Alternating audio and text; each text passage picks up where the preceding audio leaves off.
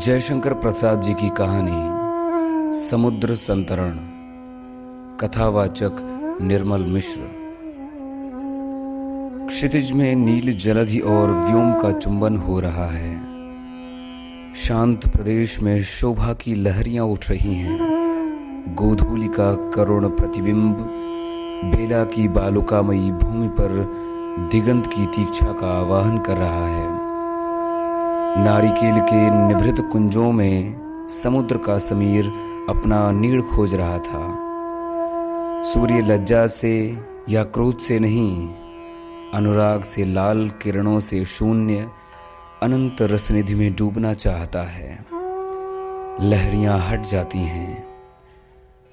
अभी डूबने का समय नहीं है, खेल चल रहा है।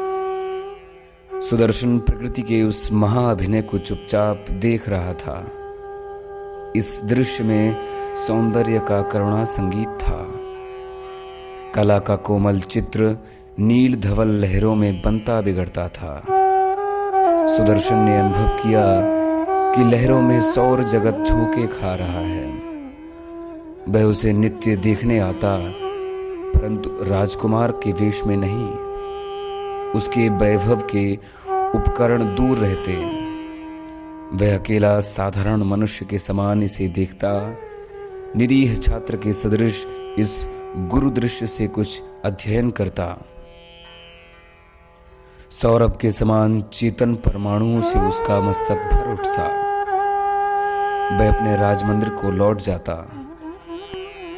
सुदर्शन बैठा था किसी की प्रतीक्षा में। उसे न देखते हुए मछली फंसाने का जाल लिए एक धीवर कुमारी समुद्र तट के कगारों पर चढ़ रही है।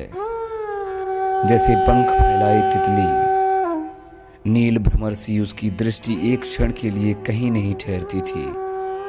श्याम सलोनी गोधूलि सी वह सुंदरी सिकता में अपने पदचिन्ह छोड़ती हुई चली जा रही थी।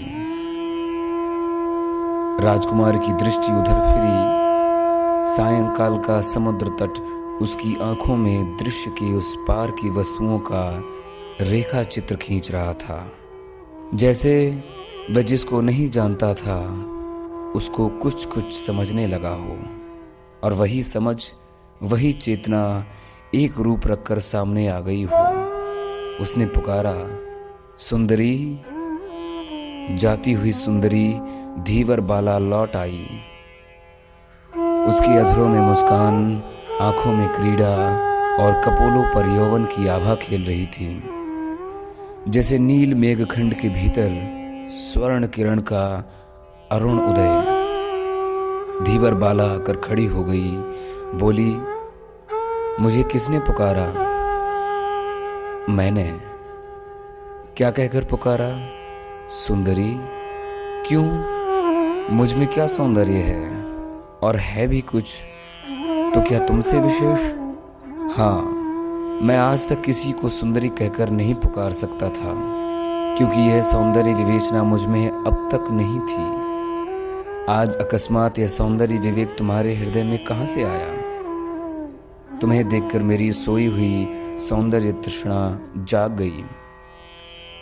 परंतु भाषा में जिसे सौंदर्य कहते हैं वह तो तुम में पूर्ण है।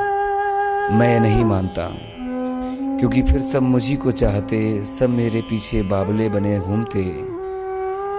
यह तो नहीं हुआ। मैं राजकुमार हूं। मेरे वैभव का प्रवाह चाहे सौंदर्य का सृजन कर देता हो, पर मैं उसका स्वागत नहीं करता। उस प्रेम निमंत्रण में वास्तविकता कुछ नहीं। हाँ, तो तुम राजकुमार हो, इसी से तुम्हारा सौंदर्य सापेक्ष है। तुम कौन हो? धीवर बालिका। क्या करती हो? मछलियां फंसाती हूं, कहकर उसने जाल को लहरा दिया। जब इस अनंत एकांत में लहरियों के मिस प्रकृति अपनी हंसी का चित्र दत्त चित्त होकर बनी रही, तब तुम उसके अंचल में ऐसा निष्ठुर काम करती हो। निष्ठुर है तो, पर मैं विवश हूं।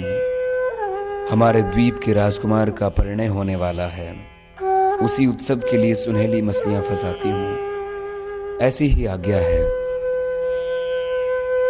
किंतु वह ब्याह तो होगा नहीं। तुम कौन हो? मैं भी राजकुमार हूं। राजकुमार को अपने चक्र की बात विदित रहती है, इसलिए कहता हूं। धीवर बाला ने एक बार सुदर्शन के मुख की ओर देखा, फिर कहा, तब तो मैं इन निरीह जीवों को छोड़ देती हूं। सुदर्शन ने कुतूहल से देखा। बालिका ने अपने अंचल से सुनहली मछलियों की भरी हुई मूठ समुद्र में बिखेर दी, जैसे जल बालिका वरुण के चरण में स्वर्ण सुमनों का उपहार दे रही हो। सुदर्शन ने प्रगल्भ होकर उसका हाथ पकड़ लिया और कहा, यदि मैंने झूठ कहा तो कल फिर जाल डालोगे। तुम केवल सुंदरी ही नहीं, सरल भी हो, और तुम वंचक हो। कहकर धीवर बाला ने एक निश्वास ली और संध्या के समय अपना मुख फेर लिया। उसकी अलकावली जाल के साथ मिलकर निशीथ का नवीन अध्याय खोलने लगी। सुदर्शन सिर नीचा करके कुछ सोचने लगा। धीवर बालिका चली गई। एक मौन अंधकार टहलने लगा। कुछ काल के अनंतर दो व्यक्ति एक अश्व लिए आए। सुदर्शन से बोले, श्रीमन, विलंब हुआ।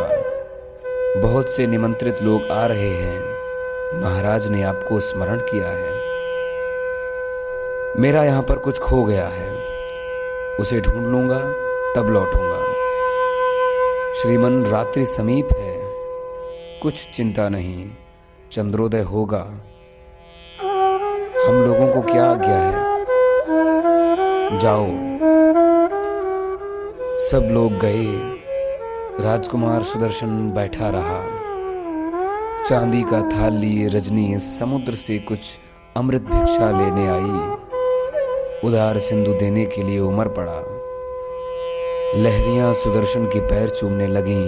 उसने देखा, दिगंत विस्तृत जलराशि पर कोई गोल और धवल पाल उड़ाता हुआ अपनी सुंदर तरणी लिए हुए आ रहा है। उसका विषय शून्य हृदय व्याकुल हो उठा। उत्कट प्रतीक्षा, दिगंत कामिनी अभिलाषा उसकी जन्मांतर की स्मृति बनकर उस निर्जन प्रकृति में रमणीयता की समुद्र गर्जन में संगीत की सृष्टि करने लगी। धीरे धीरे उसके कानों में एक कोमल स्फुट नाद गूंजने लगा। उस दूरागत स्वर्गीय संगीत ने उसे अभिभूत कर दिया। नक्षत्र मालिनी प्रकृति हीरे नीलम से जड़ी पुतली के समान उसकी आंखों का खेल बन गई। सुदर्शन ने देखा, सब सुंदर है। आज तक जो प्रकृति उदास चित्र बनकर सामने आती थी, वह उसे हंसती हुई मोहनी और मधुर सौंदर्य से ओतप्रोत दिखाई देने लगी। अपने में और सब में फैली हुई उस सौंदर्य की विभूति को देखकर सुदर्शन की तन्मयता उत्कंठा में बदल गई। उसे उन्माद हो चला। इच्छा होती थी कि वह समुद्र बन जाए। उसकी उद्वेलित लहरों से चंद्रमा की किरणें खेलें और वह हंसा करे। इतने में ध्यान आया उस धीवर बालिका का। इच्छा हुई कि वह भी वरुण कन्या सी चंद्र किरणों से लिपटी हुई उसके विशाल वक्षस्थल में विहार करे। उसकी आंखों में गोल धवल पाल वाली नाव समा गई। कानों में स्फुट संगीत भर गया। सुदर्शन उन्मत्त था। कुछ पद शब्द सुनाई पड़े। उसे ध्यान आया कि मुझे लौटा ले जाने के लिए कुछ लोग आ रहे हैं। वह चंचल उठा, फेनिल जलधि में फांद पड़ा, लहरों में तैर चला। बेला से दूर चारों ओर जल, आंखों में वही धवल पाल, कानों में स्फुट संगीत। सुदर्शन तैरते तैरते थक चला था। संगीत और वंशी समीप जा रही थी। एक छोटी मछली पकड़ने की नाव आ रही थी। पास जाने पर देखा, धीवर बाला वंशी बजा रही है और नाव अपने मन से चल रही है। धीवर बाला ने कहा, आओगे? लहरों को चीरते हुए सुदर्शन ने पूछा, कहाँ ले चलोगी? पृथ्वी से दूर जल राज्य में, जहाँ कठोरता नहीं, केवल शीतल, कोमल और तरल आलिंगन है। प्रवंचना नहीं, सीधा आत्मविश्वास है। वैभव नहीं, सरल सौंदर्य है। धीवर बाला ने हाथ पकड़कर सुदर्शन को नाव पर खींच लिया। दोनों हंसने लगे, चंद्रमा और जलनिधि भी। जयशंकर प्रसाद जी की कहानी समुद्र संतरण। कथावाचक निर्मल मिश्र।